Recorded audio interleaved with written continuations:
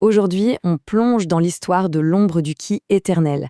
C'est une histoire de pouvoir, de destin, mais aussi de ténèbres. Un récit qui part d'un manque, d'une absence, pour finalement révéler une puissance absolument inimaginable.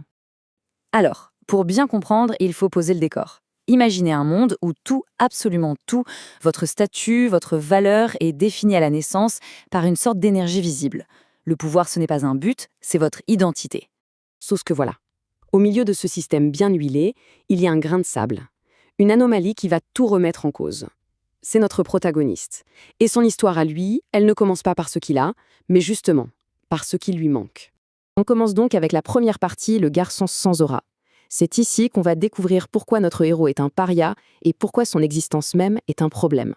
Le concept clé à comprendre, c'est l'aura de Ki. Ce n'est pas un truc abstrait, c'est vraiment une manifestation physique, visible de la force vitale.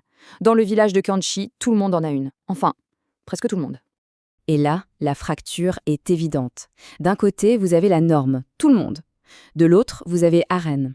Son absence d'aura, ce n'est pas juste une petite différence, c'est ce qui le définit comme un moins que rien. On le surnomme le vide, je crois que ça dit tout. Mais attention, Aren ne se laisse pas abattre. Et c'est ça qui est fascinant. Il est rejeté, oui, mais en secret, il y a cette rage, cette détermination. Il s'entraîne seul, jusqu'à l'épuisement, pour prouver qu'il vaut quelque chose, même sans ce fameux Kinwei. On passe à la deuxième partie, le pouvoir interdit. Parce que toute cette souffrance, tout cet entraînement, ce n'était qu'une préparation. C'est maintenant que tout va basculer. Et alors là, tout s'enchaîne à une vitesse folle. Ça part d'un truc banal, une bagarre qui tourne mal, et ça déclenche une série d'événements incroyables. Le sol s'ouvre sous ses pieds, une vieille ruine apparaît, et cette lumière noire qui pénètre en lui. C'est le point de non-retour. Et au cœur de ce moment chaotique, une voix résonne. Une entité ancienne qui ne cherchait pas de la puissance, non, elle cherchait un réceptacle vide. Et ces quelques mots, ils changent absolument tout. C'est le moment de la grande révélation. Tout ce qui a fait de sa vie un enfer, tout ce qu'il a toujours vu comme sa plus grande malédiction, eh bien c'était en fait la clé, sa plus grande force. Ce vide en lui n'était pas une absence de pouvoir, mais un espace prêt à accueillir une puissance que personne d'autre n'aurait pu supporter. Et cette puissance, c'est le Ki de l'ombre, un pouvoir terrifiant. Pourquoi ? Parce qu'il ne crée pas d'énergie, il la vole aux autres. En gros, il devient une menace existentielle pour tous les porteurs de Ki. Évidemment, un pouvoir pareil, ça ne passe pas inaperçu. Les conséquences sont immédiates. Un symbole étrange apparaît sur lui, et surtout, il attire l'attention des 7 maîtres célestes, les types les plus puissants du monde. Et pour que ce soit encore plus personnel, il s'avère que l'un d'eux est l'homme qui a anéanti sa famille. On enchaîne avec la troisième partie, la promesse de vengeance. Aren n'est plus le paria qu'il était. Maintenant, il a un pouvoir, et surtout, il a un but.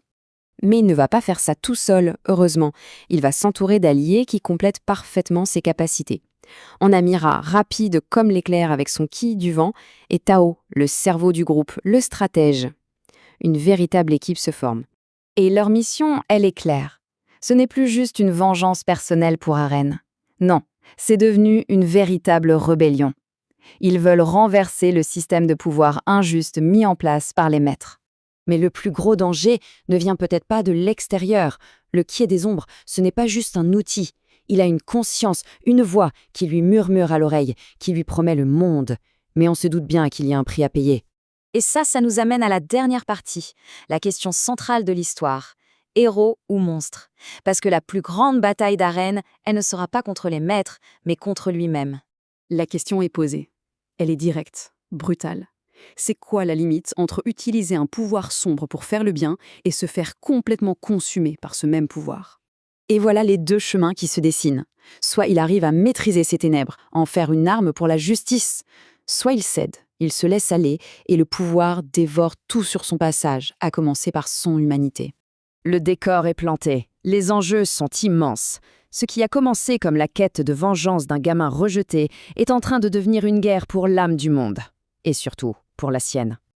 On va se quitter sur cette question, parce qu'au final, tout se résume à ça. C'est le dilemme qui va poursuivre Aren à chaque instant.